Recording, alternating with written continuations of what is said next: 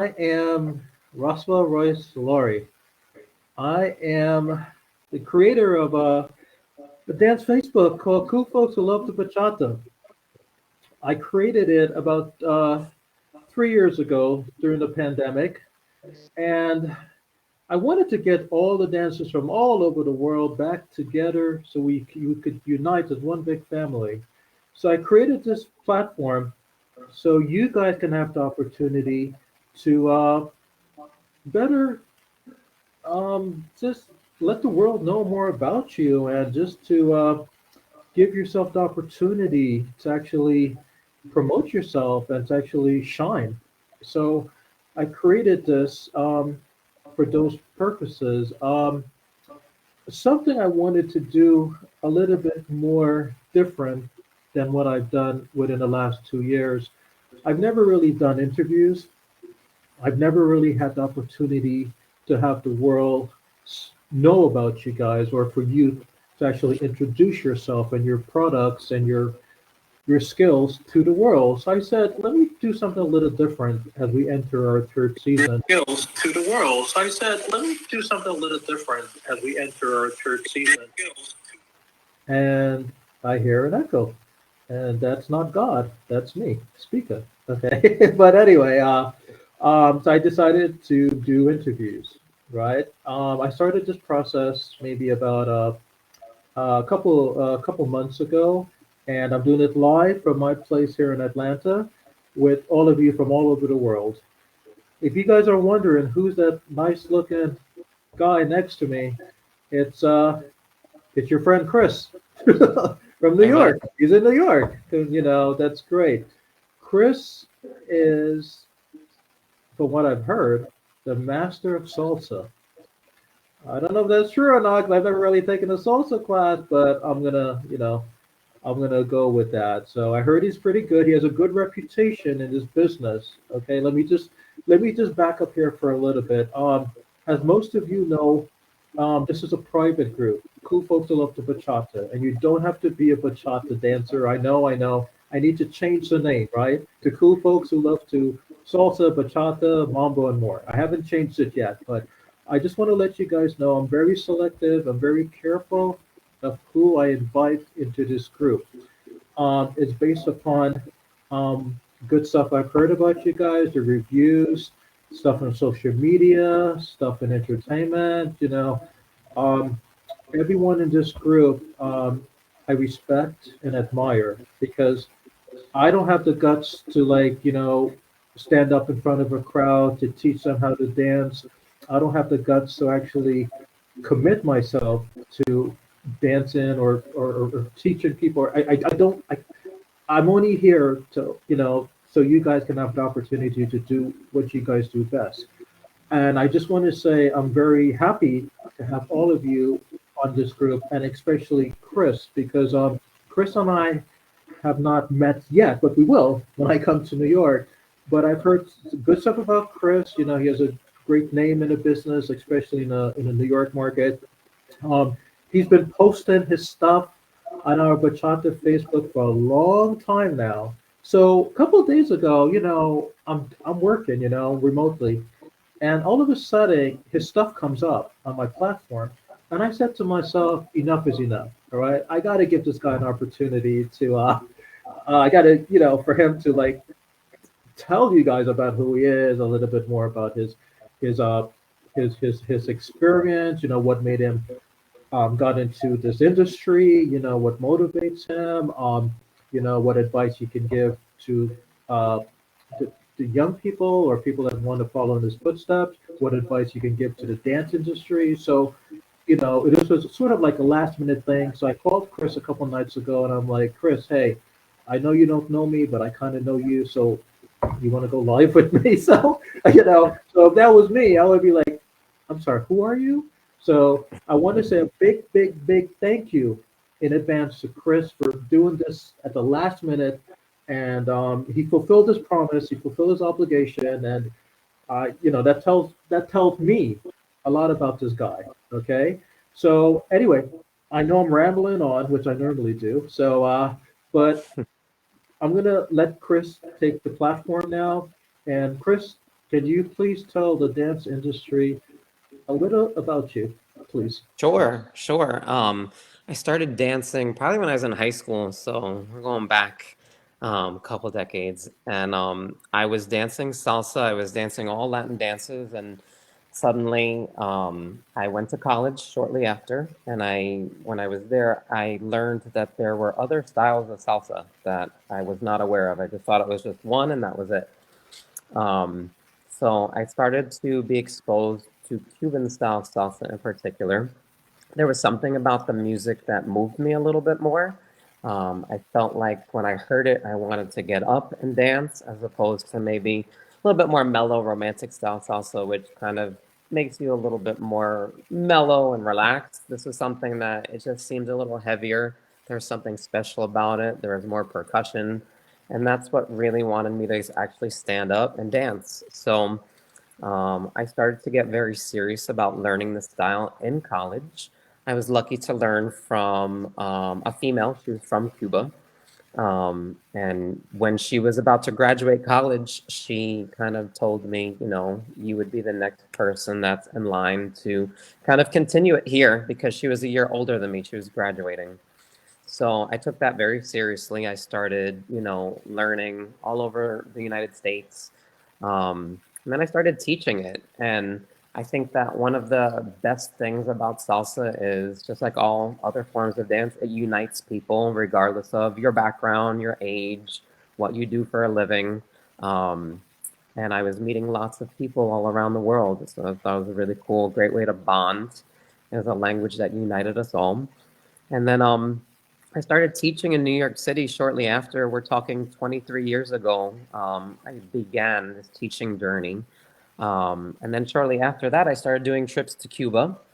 And that was a very eye-opening experience for me just because I was traveling at a time where Cuba was not super accessible for Americans. That's where I really just fell in love with the people, the culture, even more so than, how I felt previously. And I learned that it's not just salsa, it's all these other genres, it's all these other dances that comprise salsa. So that's where I start to delve a little bit deeper into the style. And again, like it was something that united us all. When I brought back what I learned to New York, I felt like it really distinguished me and made me stand out from other, salsa instructors. Of course, what we were doing was Cuban in nature. It wasn't New York style salsa. Colombian style salsa really wasn't that big in New York at the time as it is now. So it set us apart. I would go out dancing a lot, and people would approach me and they'd say, you dance a little different, and I feel like that's kind of how I would want to move my body and dance. So they actually sought me out and they said, at the time I was just doing something very small, and they had invited me to one of their practice sessions and said, we meet every Saturday, this day, this time. If you would like to come and teach us, we could give you an hour or two of, the floor to show us what you know. And that continued every Saturday. It started with maybe a group of 6 people, and it ended up ballooning, into the hundreds. I would say that before COVID, our dance group was around 300 to 350 students. And then, of course, when dancing was not an option or possible, we shut down. It took us about a year to rebuild, but right now I would say confidently and comfortably we're back where we were before COVID. We might even have some more students now. So it's been quite a journey just to see like how I started, a lot of the people that I met that kind of just inspired me and moved me along the way. And then just seeing in New York City how this was a style that was not very well represented. And I took it very seriously to just make sure that what I was doing was very authentic. I wanted to make sure that, the teachers that I studied with, they gave me their stamp of approval, like you should definitely teach, you're ready. And I would consider myself as a teacher the sum of many different teachers. I'm not just the product of one or two people. I've probably studied with at least 2 dozen instructors from the moment I started. Of course, I stuck with the ones that really resonated with me. Um, but I felt like, what I was doing was really important because this was a style that didn't really have a lot of exposure. Not a lot of people knew about it in New York. And the more that we did it, the more that we gave classes, the more that we performed, the more that we went out into different boroughs of New York City to do special community-based projects, that's when I saw like, oh, this is my reach, and people, especially Cubans, were coming up to me and saying, like, it's so great to see that you're doing this. Um, and we were doing a very, contemporary, I'd say, form of casino. We call our variant of salsa casino. Um, so when people saw that, I started to do more traditional forms of Cuban salsa. We delved into son, which is the style of music and the dance that came before all other styles of salsa. We're talking about something that originated in the 1800s and then became very popular in Cuba from the 20s, 30s, 40s, 50s, 60s. And then it was the last real choreographic exported dance that left the island. Unfortunately, when the musicians left Cuba to do performances around the world, they brought other musicians with them, but they didn't bring dancers with them.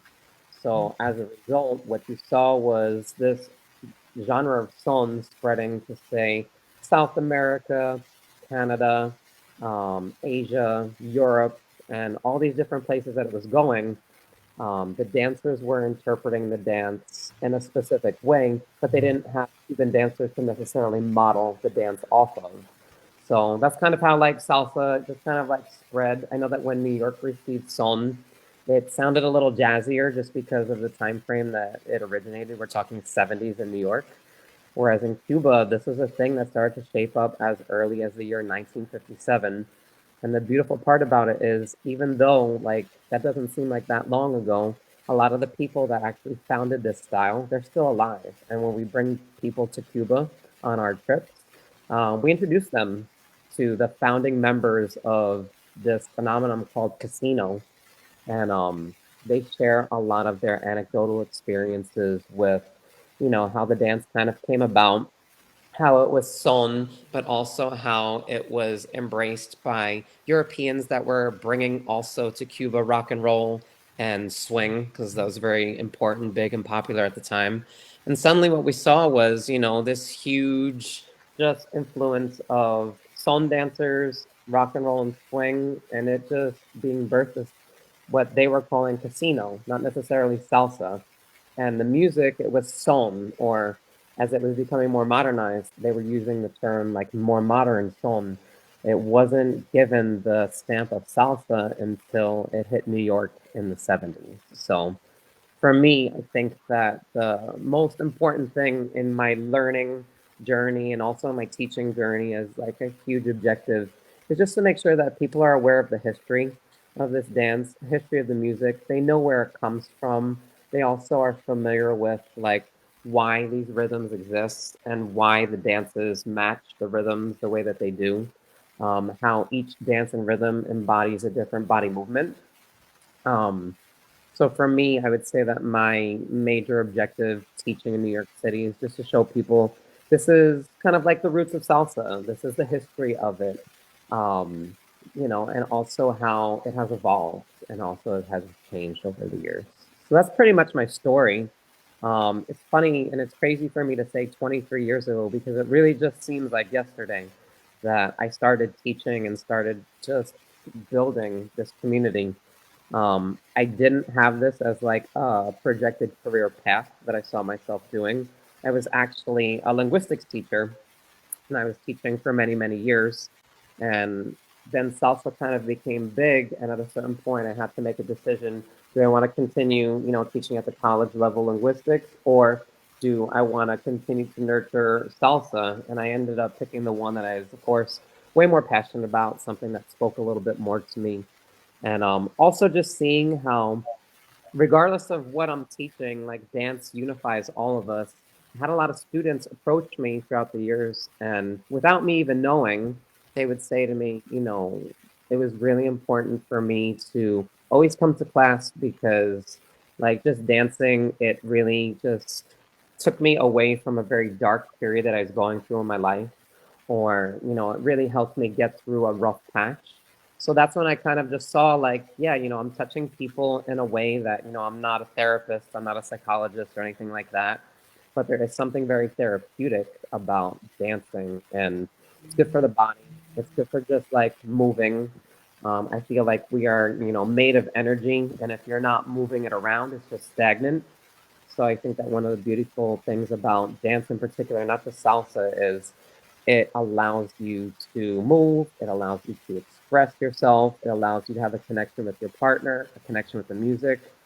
And yeah, that's why I chose this over my other career. It kind of overtook my other career.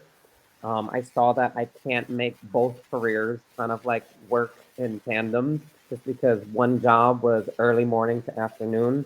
And of course, the dancing was, late afternoon into the wee hours of the morning. So I'm very happy and confident with, what I chose in terms of like this is my new career path. And just being able to see over the years the thousands of students that we've had, a lot of them come up to us and say, this helped me get through a difficult point in my life. And also to see people that have met in our dance studio and have then gone on to get married and have children. We have at least dozens of people where they've had that story. And now their babies are now getting to the age where hopefully they're going to start taking their first salsa steps too.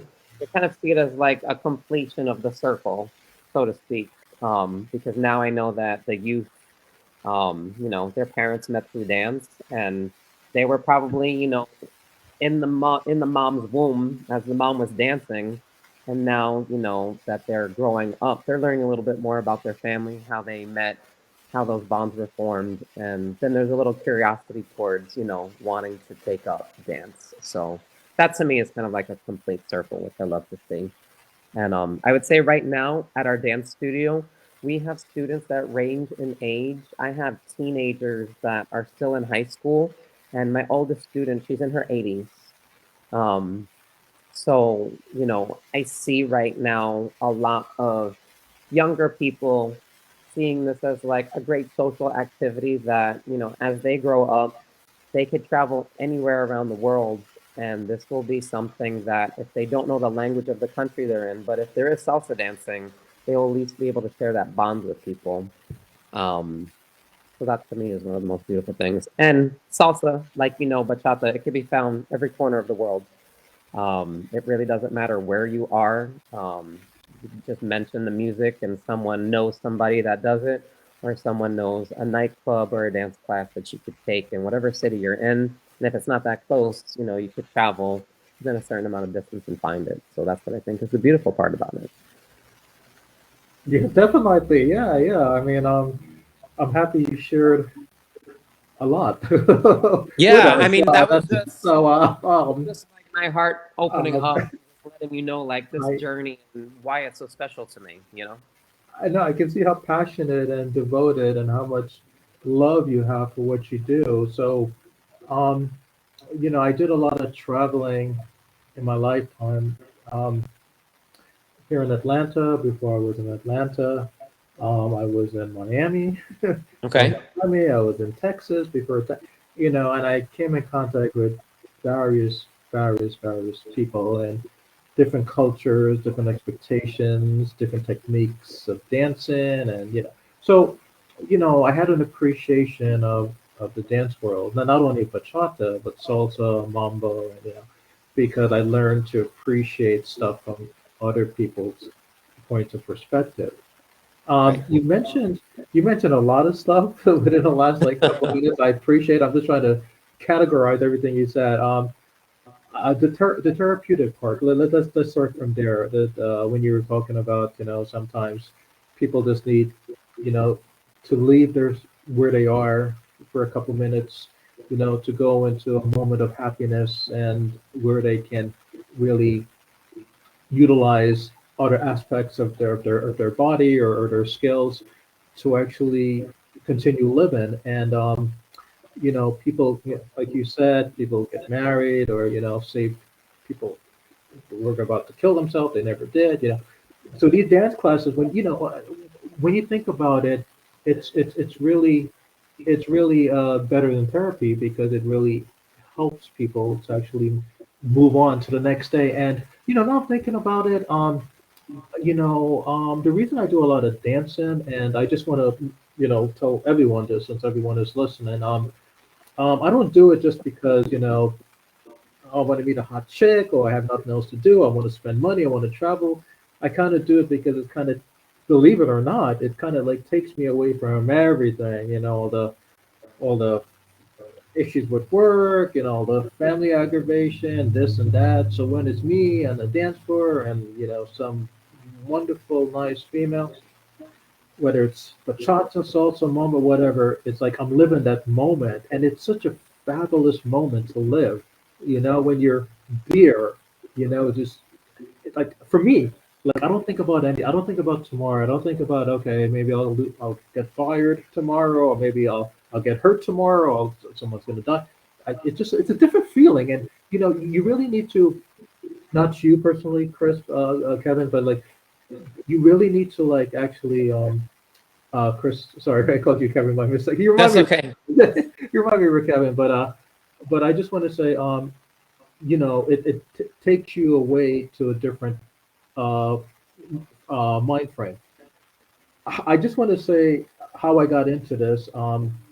I never liked Latin music, Hmm. growing up. A typical American, listen to my 80s, Madonna, Michael Jackson, Prince, Cyndi Lauper.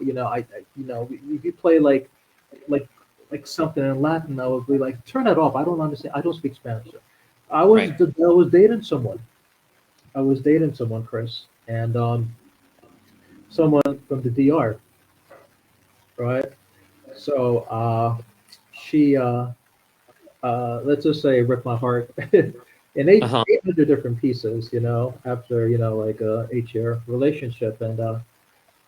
And I used to think bad about, like, Dominicans and Latin people. I don't want to see another Latin woman or a man, or, just, ugh, I became very hateful and, angry and just, but I said, there got to be more to this. There got to be a flip side to this. There had to be something positive about what happened.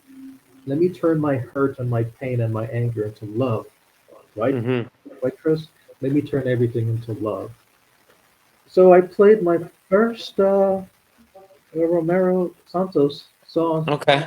years ago, and I Yeah. never stopped playing it, right? And before you know it, it's like, this person and that person, and I'm going to this class and that bachata class, and I'm traveling the world, and I'm, if it's not like salsa, it's mambo. Or so. I guess what I'm trying to say is that I looked at the Latin community, the music, in a different perspective, and I fell in love with it. Right. And I would not even listen to Madonna or Prince so. I mean, there's nothing wrong with that. Believe me, if you guys are listening to me, I love the music you guys play, but my heart right now is in the bachata and the Latin music and everything. So I guess my point to you is, Chris, is that you know I can vouch for what you say is true. I lived it, Right. right? There was a dark moment. I thought that's it. Just like go home, take some pills, go to bed. No one's gonna know about me, and I'll just And I said no, no. I was listening to a song, a bachata song, and before you know it, I said I will live again. And before you know it, I got the Facebook. Who folks love the bachata. So even though I'm talking specifically about bachata, you're referring to salsa. It's still the same thing in the sense that the music, right? Music, it helped me to actually become a better person, to be more respectful of the community, to have an appreciation of Latin music, bachata, salsa, whatever, and to actually do what I'm doing. I would never travel, go to Miami, go to Atlanta. I was like, oh, but I guess what I'm trying to say is that I agree with you 101%. The music or the class or whatever somebody takes or whatever, whether it's bachata, salsa, whatever, it's a remedy. It cures Right. you. It can save your Right. life. Save my life. It saved my life. I didn't get married, like the example you said. I'm trying to maybe one day, but so I meet somebody at a dance class or whatever. But I'm living proof that you know, the music really helps you to live again, right? And it Sure. takes your pain and your hurts. Um, I must confess, um, I haven't really. been up to date with the salsa industry and the salsa world. I'm embarrassed to say that because I'm interviewing you, and No, you that's okay. know about salsa than I do. But when I come to New York, I got to take one of your classes. But it makes me think about something else you said.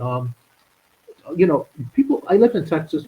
People in Texas have different ways of salsa dancing. The instructors in Texas, Miami Cuban dancers, they have a different way of dancing. The instructors do their stuff. In Atlanta, the Right. salsa industry is different. In New York, so you have been in this business over 20 something years. You're a professional. When you're standing in front of a group of people, right?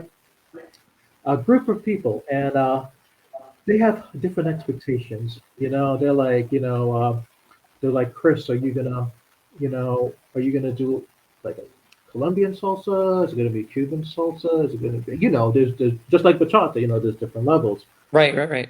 So how do you, how you're standing there, and how do you encourage that love, that appreciation of what you're gonna show that person or that group of people, even though in their mind they're walking with a mindset that, what, I already have an understanding of, if I lived in Miami, I have an understanding of what Cuban salsa is, and so I'm sure Chris is gonna show us this, but how how, how do you how do you plan for those expectations not to be fulfilled, and you show them what they what they what really they're not aware of, so Sure. so Yeah, that's a great question. Yeah. how do you do that?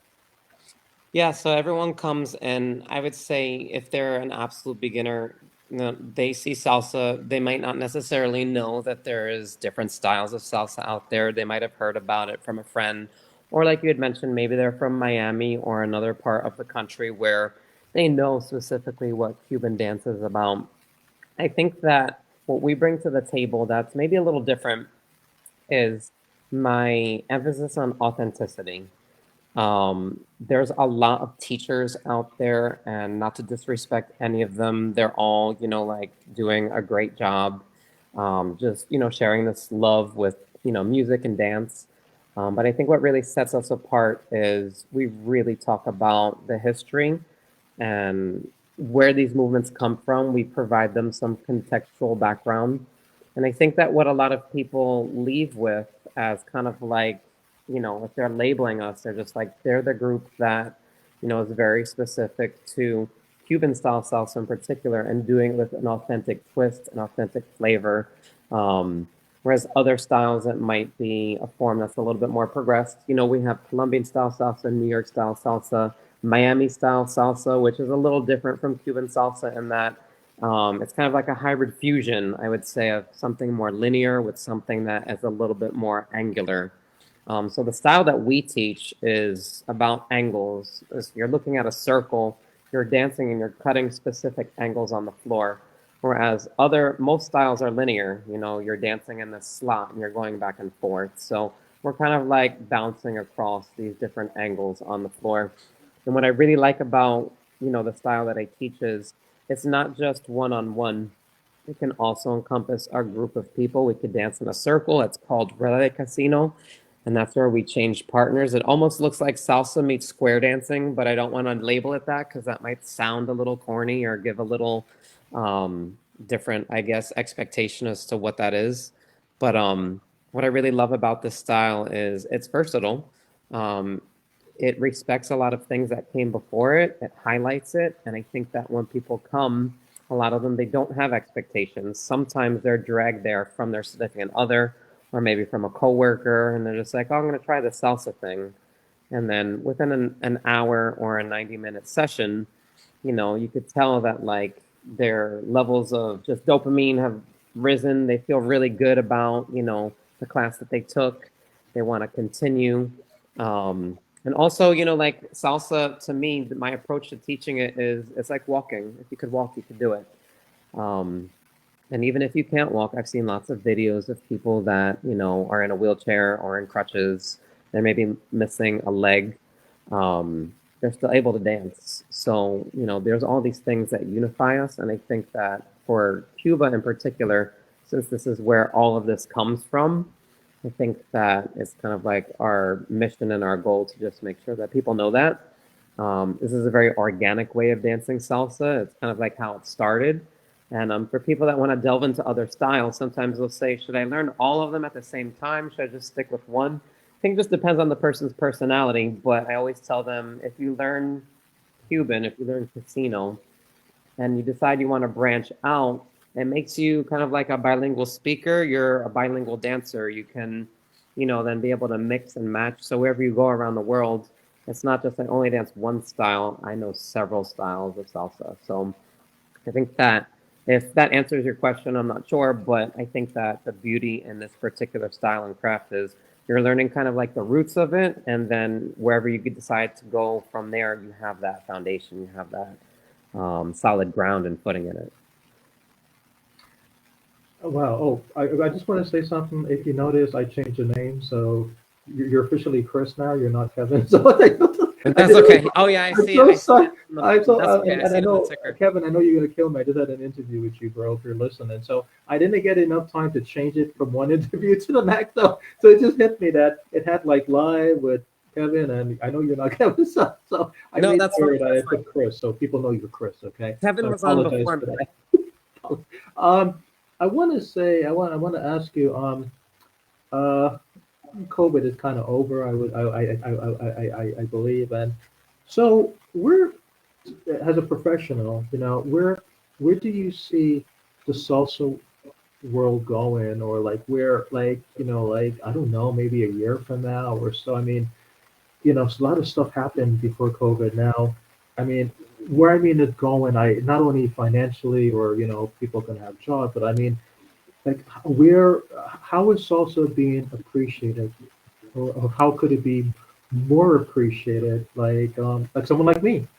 Yeah, I'm a Sure. good example, right? I don't really know too much about salsa, but I like to learn. I mean, I'm open-minded. I would so.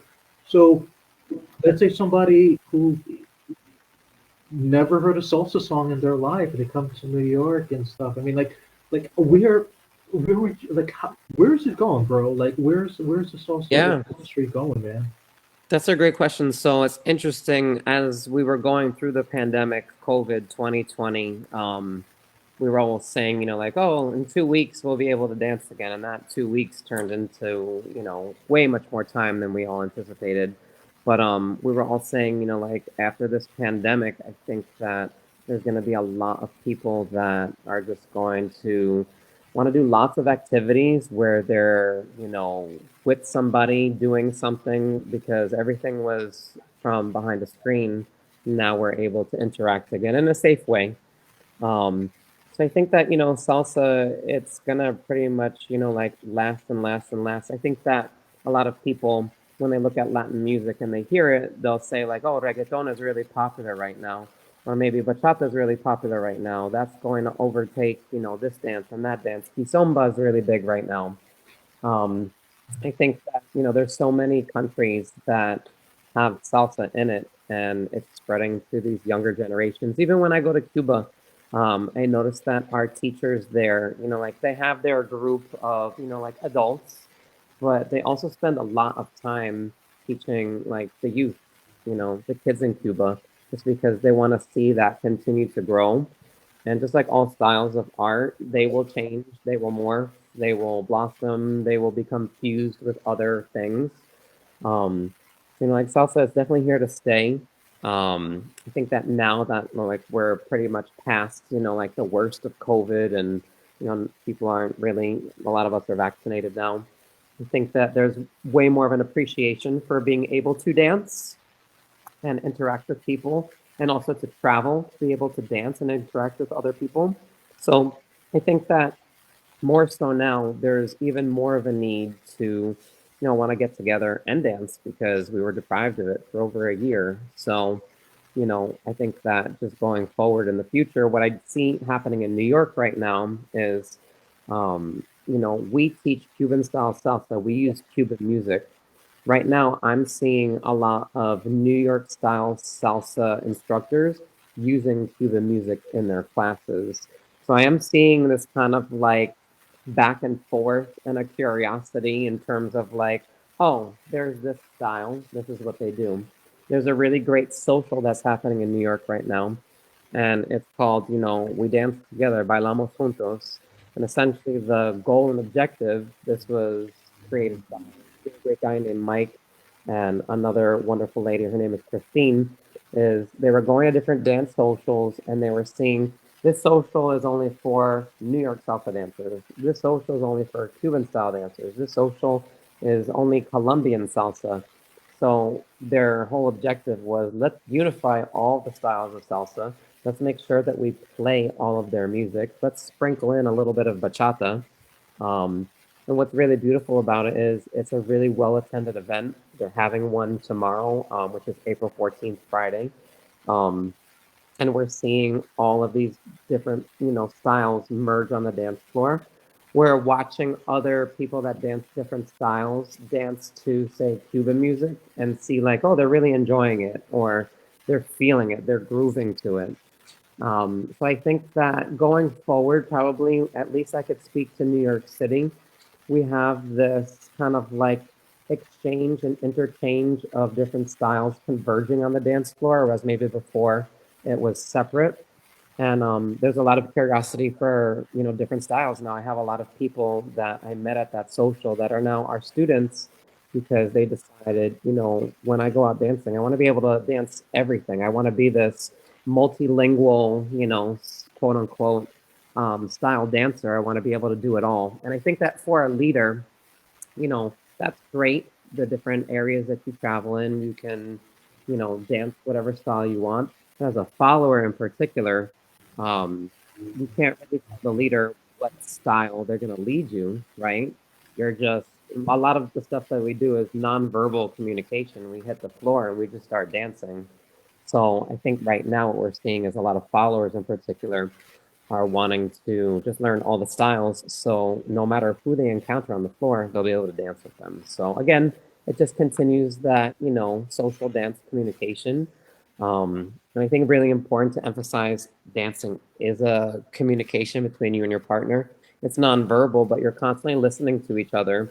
And, if a leader leads something that the follower can't follow necessarily, then the communication has to change a little bit. So I think that, we're seeing a lot more of this on the dance floor. I'm really happy, and I think that it's just going to grow where everyone becomes pretty proficient in, several styles. So no matter where they go, they can dance with anybody. Thank you so much. I appreciate what you just said. You mentioned something that was very interesting to me. I mean, everything you said was very interesting to me. So let me just back up here. Um, Leading, to be a good leader, what whether it's salsa, bachata, mambo, disco, to lead and to follow. Oh boy, what makes a good follower is based on the leader. I mean, that's what I think, but I'm not, but I'm not an instructor. But what I don't know, bro. Like, what makes a good leader good? Yeah, that's a great question. So I think that when people are learning, sometimes they get a little caught up in, oh, I'm a good dancer because I know so many patterns. Um, And then there are some people that will say, like, I'm content with what I know.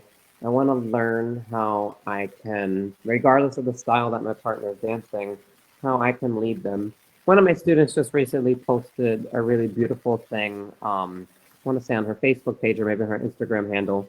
She pretty much just said that, when you're communicating with somebody verbally, like you talk, they listen. And then when you stop talking, you invite them in the conversation to then continue and they'll talk to you and usually you stop talking. So I think that that's pretty much the essence of what makes a good leader and a good follower. You're constantly listening to each other. You give each other opportunities to dance. It's not just one-sided where the leader does pattern after pattern after pattern and the follower is kind of just you know um, a sack of potatoes or a piece of meat being thrown around the floor. But to me, I think that a really great leader has impeccable technique. They're not going to hurt their follower.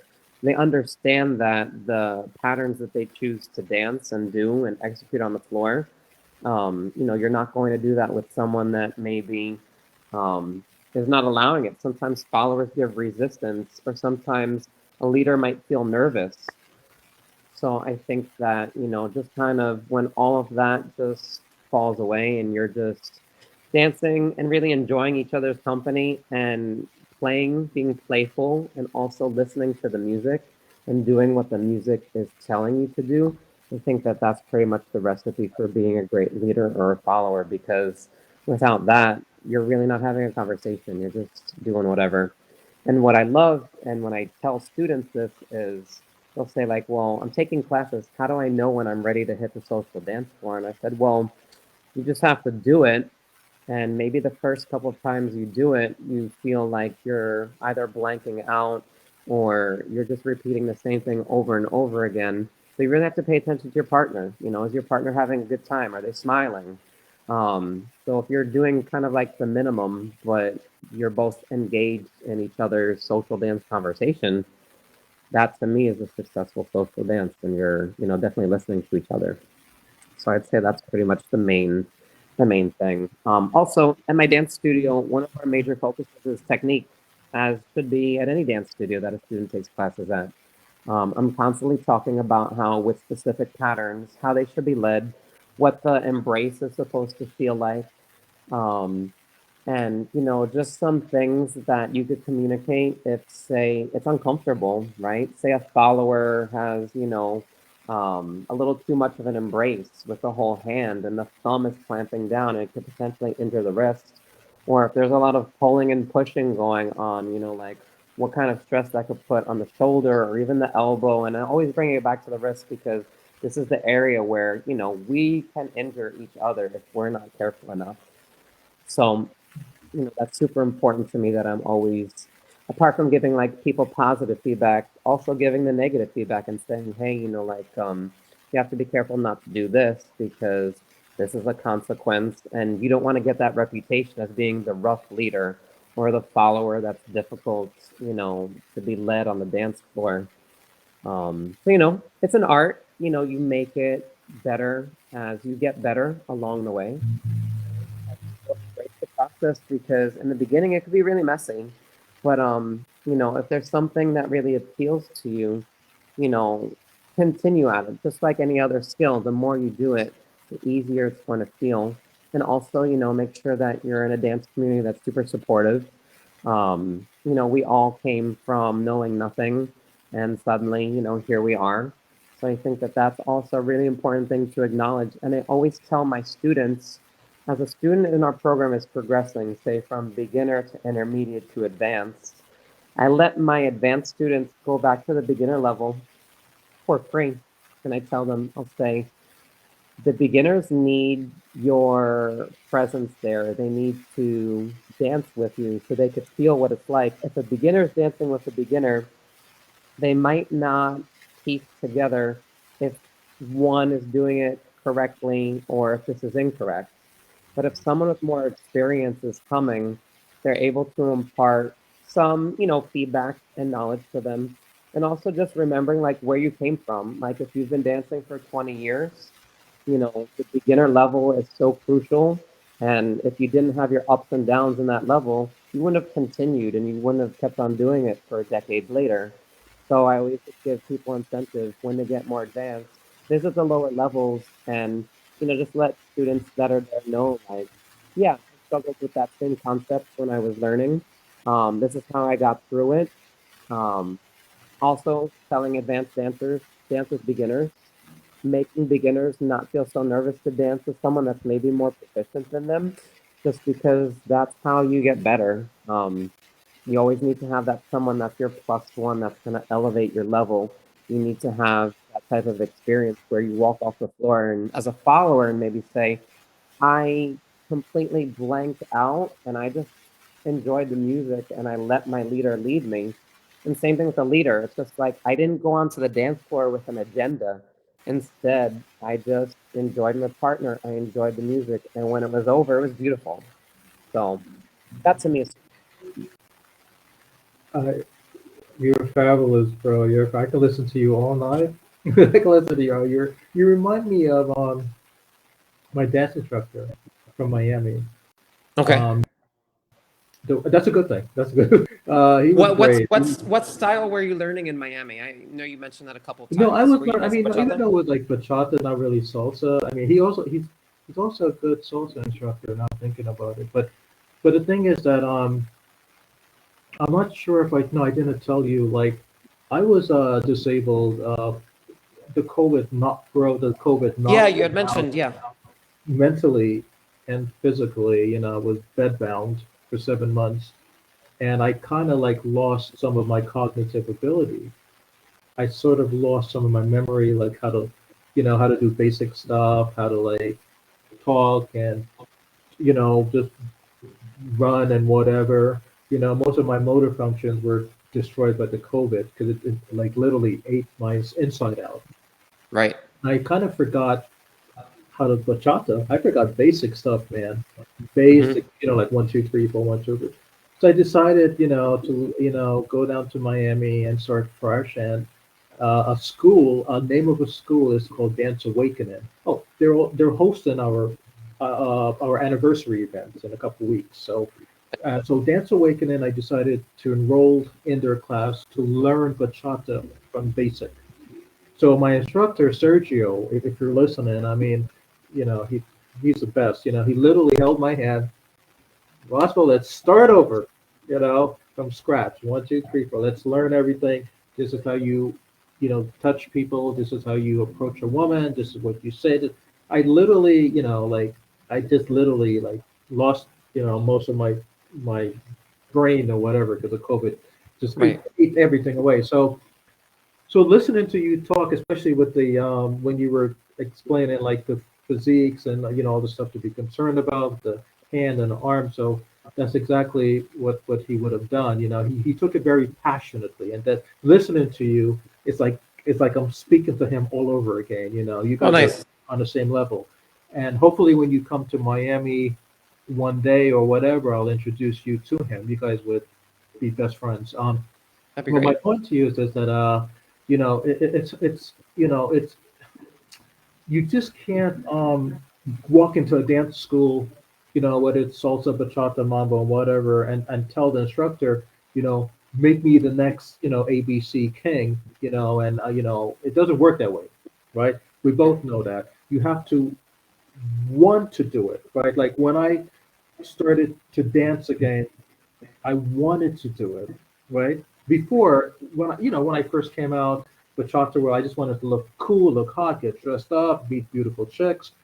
But this time, I wanted to challenge myself. I wanted to prove to me that I can dance again, So I guess what I'm trying to say, or what I will ask, is that uh, being a child again, I felt I was a child. My surgery had to hold my hand and say, "Baby steps, Roswell. This is how you do it. You have to learn again." I had to be a little boy again. So Right. my question to you is that people that have to learn again, or little children that are looking, what now, that are looking at you speak, and they want to follow your footsteps, and they want to be the next Chris. What advice, man, can you give to him or her that want to, you know, follow your footsteps? Sure. Well, of course, when it comes to dancing, I think that people often have like they start at a certain point and then they maybe have to go backwards a little bit and fill in some gaps in knowledge. So I think that for someone, that's starting from square one, be it a child or be it an adult or someone that needs to learn all over again. We had a lot of students that when we reopened after COVID, they were maybe in our intermediate or advanced levels and they're just like, I need to do this from the beginning again. Like I need to ease my body into this. I don't know if I'm going to remember, you know, all the steps and technique that you imparted on me, prior to the pandemic. So I always say, like when it comes to dance, you want to start slowly. You want the muscle memory to really register and kick in. You want to get to the point where you're thinking a lot, so then suddenly everything is kind of like blank in your mind and you're just doing it without thinking. And also just really spending a lot of time with the basics. There's a lot of refinement that happens when you commit to doing them over and over again and then taking a step back and watching other people do it. I also tell a lot of leaders and followers that when they feel like they've hit a certain point, and we encourage this, and you see this a lot in New York City. Learn the opposite role. So if you're a follower, learn to lead. If you're a leader, learn to follow. I think that there's a lot of inherent good in learning how the opposite part of this equation works. Just because there's a couple of things that I always thought I was doing correctly, and then until I was forced to follow it, a female that I was teaching at the time, she was a wonderful leader, and just one day she was like, she started leading me, and I was like, what the hell are you doing? And by following her, I was like, oh, a lot of this is really clear. I'm not thinking. And I thought to myself, I wonder if this is when I dance with a follower, how they feel when I dance with them. So I think that, there's a lot of different ways to approach learning anything, right? Whatever your skill is. Um, don't rush the process. Take your time. um, Find a teacher that has studied with many different teachers. I find that after COVID, a lot of people watched a lot of YouTube and they decided, I'm going to start teaching. Um, but I think that there's a lot of a very big important part of this process is being one-on-one with a teacher, being in a large group with a teacher, and having several different teachers, learning from all of them, because everyone is going to do things similar and different, right? Um, and that's how you kind of fine-tune your craft. And if this is something you want to get really good at and you're serious about getting good at it, um, if you have an idol that's on YouTube that you always follow and you're always enamored and in awe by what you see, find them. Because I would say that it wasn't until I found my salsa guru, my teachers, um, that I had, my whole perspective about the dance changed. It was a very eye-opening experience. It was very humbling, but at the same time, they really nurtured me. And I think that that was really important because these people that I had studied and looked up to and admired and always watched on YouTube, I was in, the United States, they were in Cuba. There was something very special about being in their presence and not only learning about the dance, but learning about the culture, learning about the history. Um, this all comes from somewhere, someone. It's important to try to see if you can trace these roots back to where it began, and don't be surprised, you'll have a very big eye opening experience. It'll be very humbling. At the same time, it'll be very reaffirming.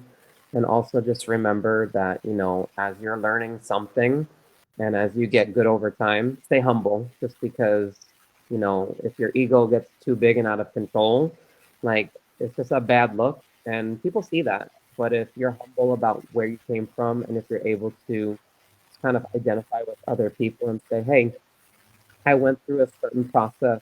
I didn't give up though.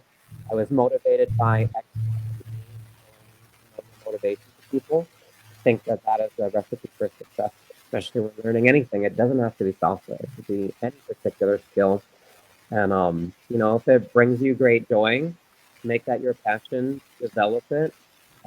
For me, in my case, I'm lucky because when I'm teaching, I never feel like I'm working. The working part is when you know owning a business, it's like doing all the admin stuff. But the moment that I set foot onto the dance floor to teach, to do a performance, or even to give a lecture about, the history of Cuban dance, I'm not working anymore. I'm just speaking from my heart. And that's where I feel my passion is to full out alignment with what I'm doing.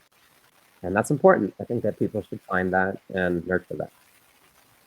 It's very important. I definitely agree with you, man. I definitely agree with you. Uh, I need to ask you before we go. I know we're kind of like running out of time, but Sure. events of yours. One of the reasons I wanted to speak with you because I love that posting, the one you recently posted on my Tachata Facebook.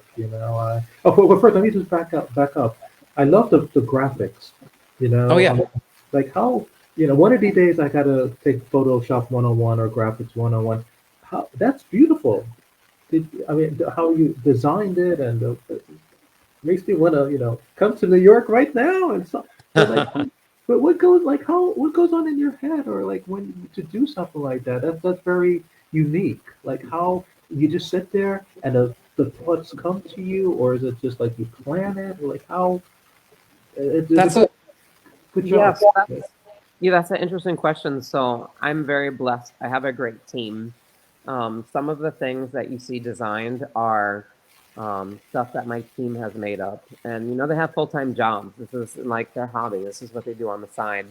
So like in me doing admin stuff, sometimes like I'll look at members of my team that are very good, designers, or they're very good with like pictures or whatever. I'm a linguist, so I think my strength is in the wording of things, but for them, it's more in the design. And we'll go back and forth, and I'll say like, "Oh, can we make it more this, or can we make it more that?" The only thing I could really take credit for is a lot of the pictures that we use in our events. That's just shot from an iPhone, and usually it's me walking around taking video and screen caps of that video, and we're able to capture these really amazing moments. Sometimes we will hire a professional photographer, and then they'll show us what they were able to capture. But in terms of like the graphics and advertisements for classes and events, it's usually members of my team that are super, they could design something within minutes, whereas for me, it would take over an hour or maybe longer.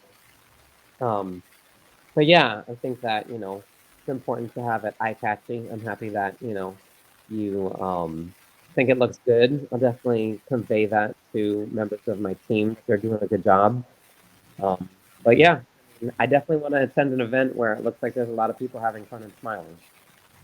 Yeah, I just love that photo. I mean, I think I'm going to look at it again and again tonight to calm my nerves. Yeah, It seems so peaceful. I just, got got the shirt open. The girl, she looks, it's like, bro, just thinking about it, I'm happy. yeah, It's nice, happy thoughts going in my head, man. nice. But I want to ask you, oh yeah, what's coming up? What's some big summer is around the corner, right? New Yeah, York, my goodness, summer in New York, salsa dancing.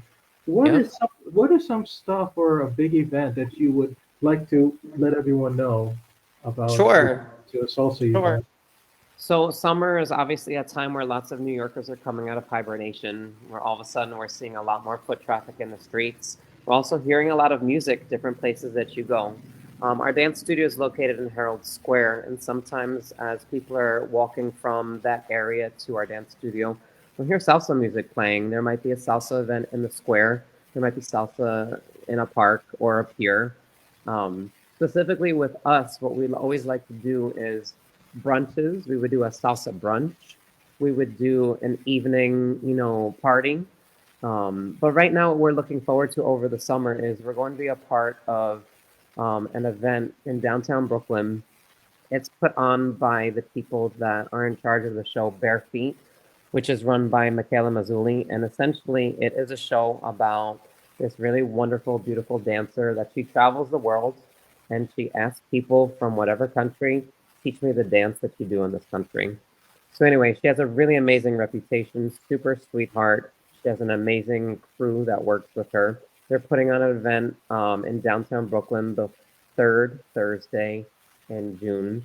And essentially, that is kind of like a family event where you could come, you can learn a dance lesson with us, you can see us do a dance performance. It will be accompanied by live music. There's a band that we collaborate with on a frequent, regular basis. His name is Carlos Boy's Band. Amazing musicians, most of which are Cuban.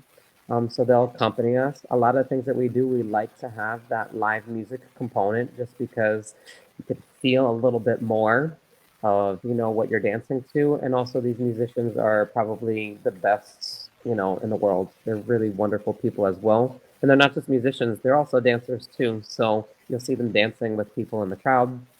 So we have a couple events that are coming up that do have an outdoor setting with a live music accompaniment, with a DJing, with us giving a lesson right beforehand, and then us doing either a demonstration or a full blown performance to kind of like cap the night.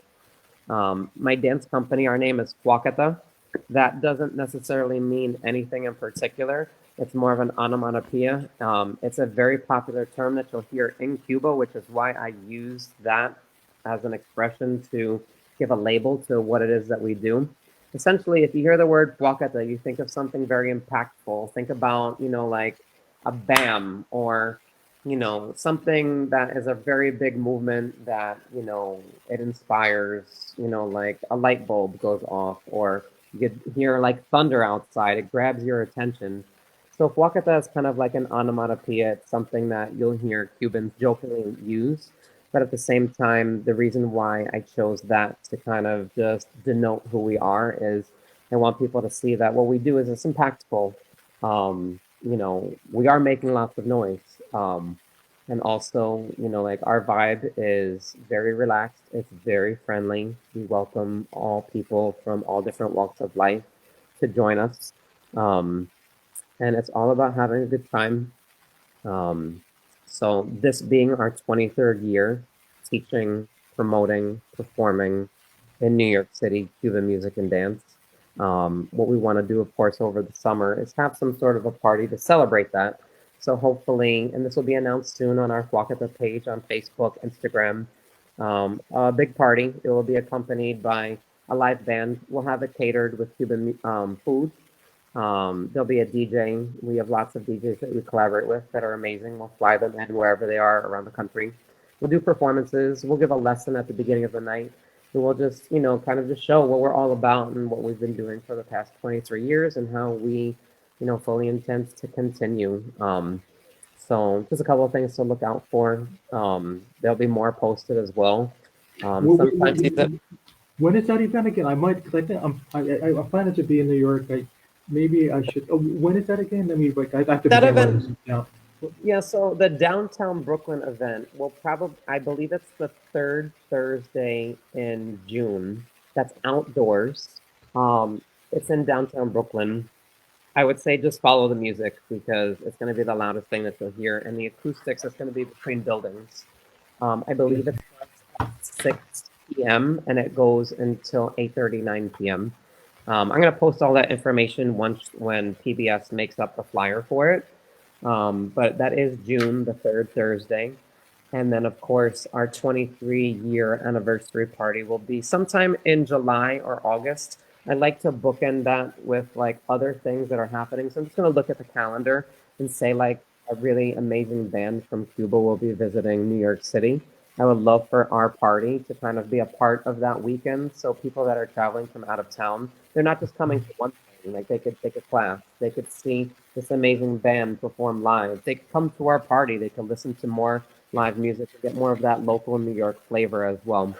So I would say that this summer we're going to be pretty busy. We have lots of things like in the works. I'm really excited to just, do this, like merge communities together and also see all the communities grow and also see how much fun it is. So yeah, lots of fun, exciting things coming up. If you're in town, I'm definitely want to meet you in person. Yeah. You'll definitely I'm and thinking.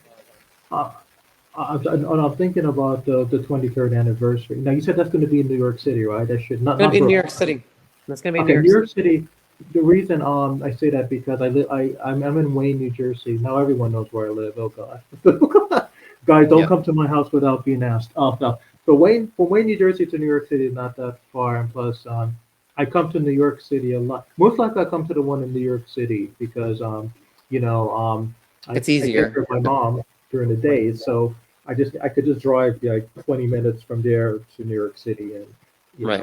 so almost like I think the 23rd anniversary. And when again? You said June, right? It's July, the That 23rd anniversary? 23rd anniversary will probably be July or August. July, Again, August.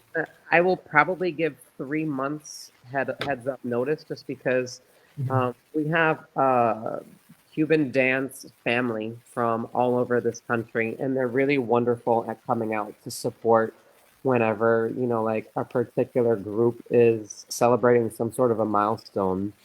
So, like right now, we're in the middle of April. Probably May, I'll make an announcement, and that will be either July or August.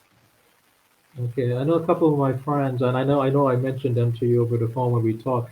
A couple of my friends, they would die to come to this.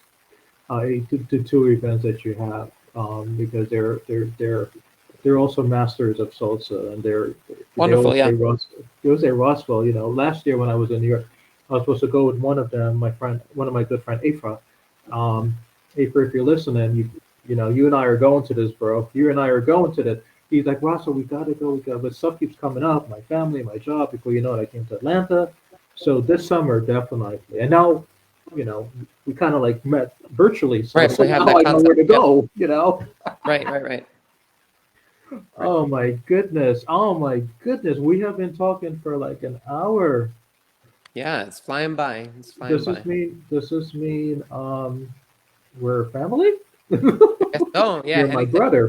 Anything over 60 minutes. You're my brother. Anything over 60 minutes, you're my officially we're family. Oh wow, wow. I mean I enjoyed, and I'm just not saying this, I enjoyed not only listening to you, but learning from you. Because again, you know, I probably said this 100 times to everyone. I'm not too familiar with the salsa world as I am with the bachata world. So for this interview, it was a learning experience for me. You know, I mean, you know, you said a lot, and I appreciate it. I mean, you did not have to, you know, go into so much detail, but you did because, you know, you have a good heart. And that, Mhm. you know, it tells me that you're passionate about the salsa world. You love the salsa. It's just not a name. It's not something that you just do. You Right. are it, Chris. Right. You are the salsa world. You know, so and I'm sure everyone that's listening to this agrees with me based upon the response you gave, the detailed explanation. So, you know, you know, you did a great job. That's what I'm trying to Thank say. you. I appreciate that. I Thank you so much for appreciate it. having me, Roswell. Yeah, Yeah. it's so funny because I didn't like I was, honored that you extended the invitation to me. It's funny how just being a member of a group and posting stuff can then lead to, a little informal interview, formal interview, however you want to classify this. But at the end of the day, I just hope it shows that, I'm super passionate about this. I love this. I wake up, I live my day, I eat, breathe, and sleep this. Um, and at the end of the day, I feel like a duty to, just be able to show this is my passion, and anyone that wants to learn, I'm the guy that they could come to and hopefully have a good time learning from. So I appreciate the invite to come on here. I'm sure that we'll definitely have way more conversations in the future. I look forward to meeting you whenever you come to New York next. If it coincides with an event or not, you're just visiting. You can hopefully just meet up for a little bit. You can experience, our community in action. um, I think that that would be really spectacular. And then just looking forward to continuing, having, this type of bond with all these people from all over the world. And of course, if I ever go to Atlanta, there's a big Cuban dance scene, wonderful community. We consider them our Cuban dance family in Atlanta. I definitely, will let you know if I'm in town. Hopefully we could link up and, just Yeah. For enjoy the top, dance. of course, sir. Of course. From the top of my head, I have like at least five, six people I can give names to you. Right? You know, I mean, after this call, it's not, you know, I'm gonna give names, and everyone is like, but I'll give them to you. But they're very good, you know. But just roughly, I mean, you know, people that I know that are loyal and good. And Salsa Sheila, she's one of Uh-huh. them. Okay, Salsa Sheila, if you're listening to me, I'm giving out your name. Salsa Sheila, she's been in this business for before I was born. You know, she's good. She's a professional, and I love her a lot. Um, Mike Arena, DJ Mike Arena, he's like the king of bachata and salsa in Atlanta. You come here, you mention his name, you know, you would love them, you know. And there's also other people like Sean Christopher, Fuquana, a whole bunch of, you know, major people here. I didn't know that until I got here, you know. So, you know, you would love them. And they, you know, when it comes to salsa, oh boy, wow, they're That's good. great. But for you to interview, you know, I might not. You gave me a good idea. You did such a great interview. I'm thinking about maybe doing this with you again live for your 23rd anniversary coming up. Even if I'm in That'd be New great. York, you can still do it. It can be, yeah. 'Cause I think I would like the world to know about that as well, you know. And Wonderful. Yeah. They deserve to know because you're a good guy. You're a good guy. I appreciate that. Thank you, Roswell. You're a good guy. Anyway, I know I'm rambling and I'm rambling and I'm rambling, so I apologize. Um, but it was a pleasure talking to you. I mean that. And Likewise. yeah, if you need anything while I'm here for a few more weeks in down south, let me know. Or if you need any more contacts, whatever. But thank you so much from the bottom of my heart. Thank Thank you for you. taking the time to speak with me, especially, we never met, we never, this, you took a chance on me, so that tells me a lot about who you are.